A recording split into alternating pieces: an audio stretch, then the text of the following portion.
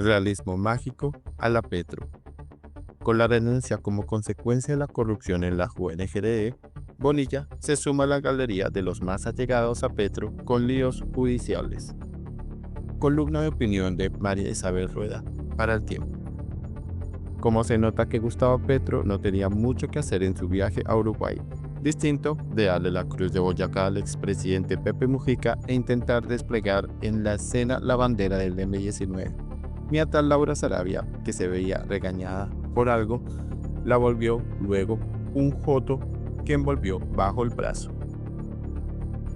Pues a Petro le sobró tiempo en su viaje a Montevideo hasta para escribir en X una diatriba de 7 páginas en las que, como si estuviera inspirado por el realismo mágico, se paseó por miles de temas, incluyendo al gobernante griego Tsipras y al ministro Varoufakis, al director de cine Costa Gavras, a los clubes sociales, a la doctrina social cristiana, a Jesús y la Virgen, a Vargas Lleras, a la CNE, a la Corte Arbitral de la Cámara de Comercio, a un golpe parlamentario, antes de ir a lo que iba, pedirle la renuncia a su ministro de Hacienda Ricardo Bonilla.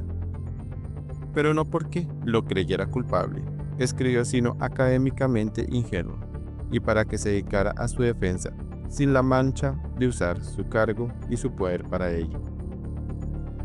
Se sabía que esa salida de Bonilla ya estaba acordada con Petro en privado por cuenta del escándalo de la UNGRE.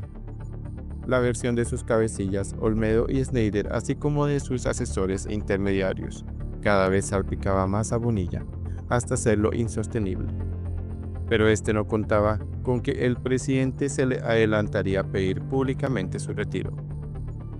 Y visiblemente molesto, diría yo que hasta entendiblemente bravo, renunció, no sin antes enviar este mensaje sepulcral. El presidente siempre estuvo enterado de mis acciones.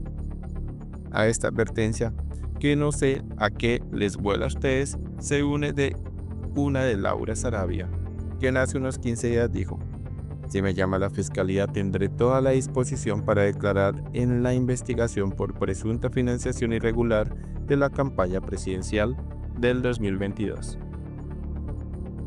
A Bonilla lo acusa su asesora María Alejandra Benavides de que él sí tuvo conocimiento del entramado de corrupción, facilitado por el hecho de que la UNGRE hace contratación expedita de asistencia humanitaria para emergencias.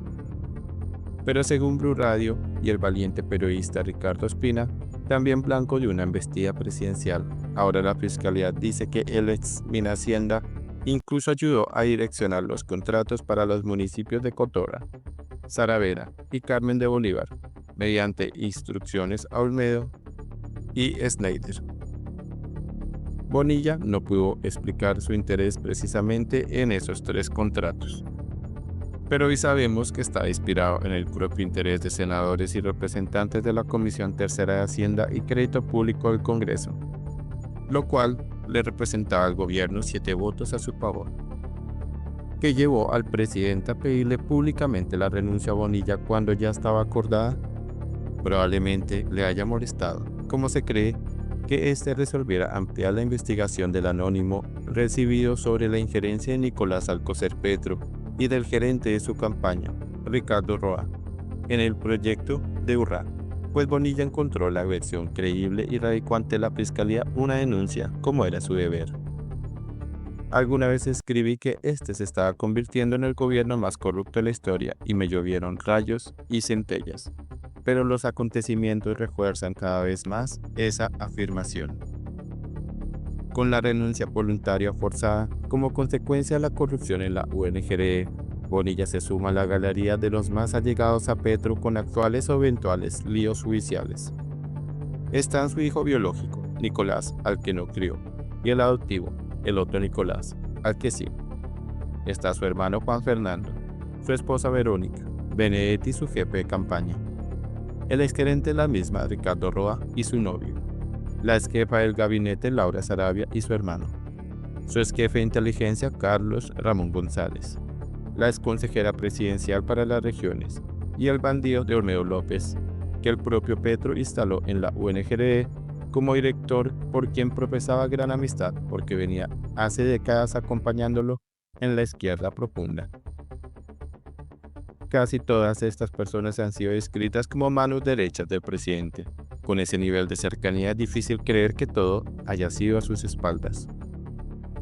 Desde hace muchísimos años el sistema político colombiano está montado sobre el clientelismo, también llamado mermelada, que consiste en que el Ejecutivo compra a los congresistas mediante puestos y contratos.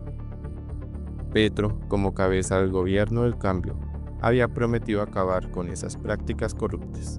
En lugar de eso, las exacerbó.